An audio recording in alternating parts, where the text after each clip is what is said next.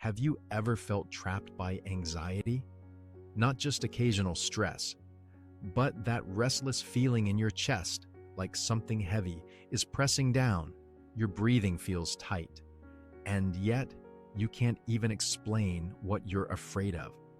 According to the World Health Organization, more than 300 million people worldwide are living with anxiety disorders, and that number doesn't include those who have never been formally diagnosed but feel anxious almost every day. In today's hyper-connected world, anxiety doesn't look dramatic.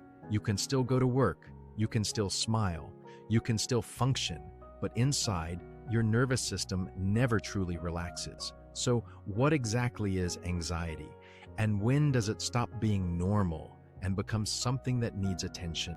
Anxiety is not a modern invention.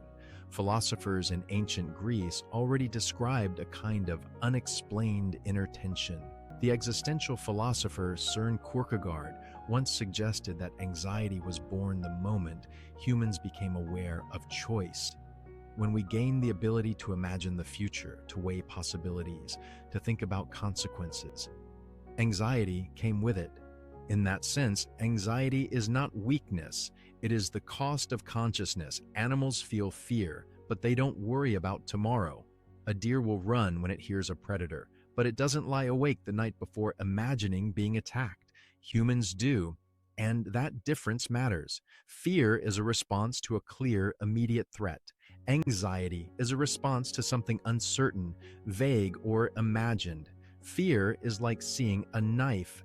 Anxiety is like feeling a sharp splinter you can't quite locate. When anxiety takes over your perspective, logic doesn't help much. Telling someone just relax is like shouting to a drowning person from the shore. The person in the water feels something entirely different. So, when does anxiety become a disorder? It's not about whether you feel anxious, it's about intensity, frequency, and how much it interferes with your life. If anxiety becomes constant, affects sleep, work, or relationships, or comes with strong physical symptoms, racing heart, dizziness, stomach pain, panic attacks, a sense of impending doom, then it may have crossed into clinical territory. Modern psychiatry classifies anxiety disorders into categories such as generalized anxiety disorder, panic disorder, social anxiety disorder, specific phobias, and others.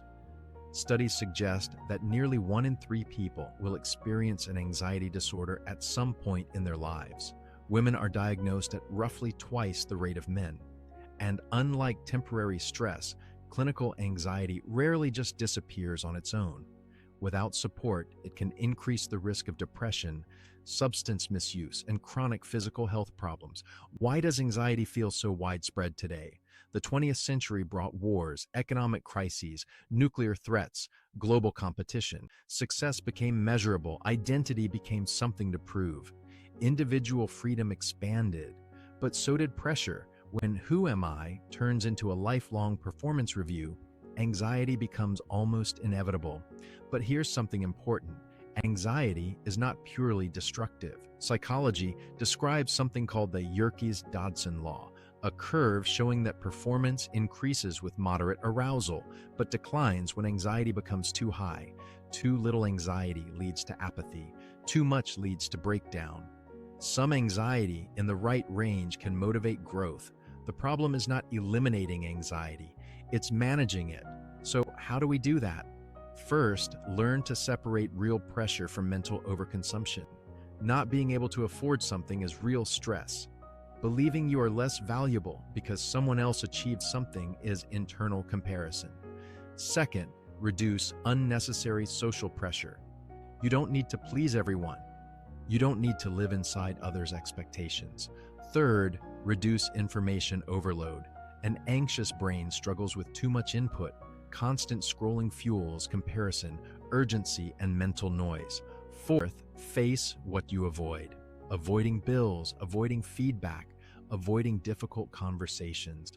Avoidance temporarily reduces anxiety, but strengthens it long-term. Facing discomfort shrinks anxiety. Avoiding it feeds anxiety. And finally, anxiety is not a personal failure. It is not a moral flaw. It is a signal.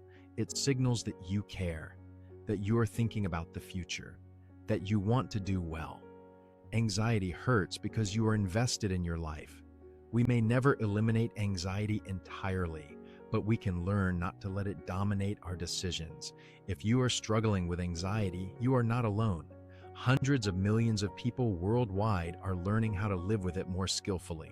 Maturity is not the absence of anxiety, it's the ability to keep moving forward even when anxiety is present.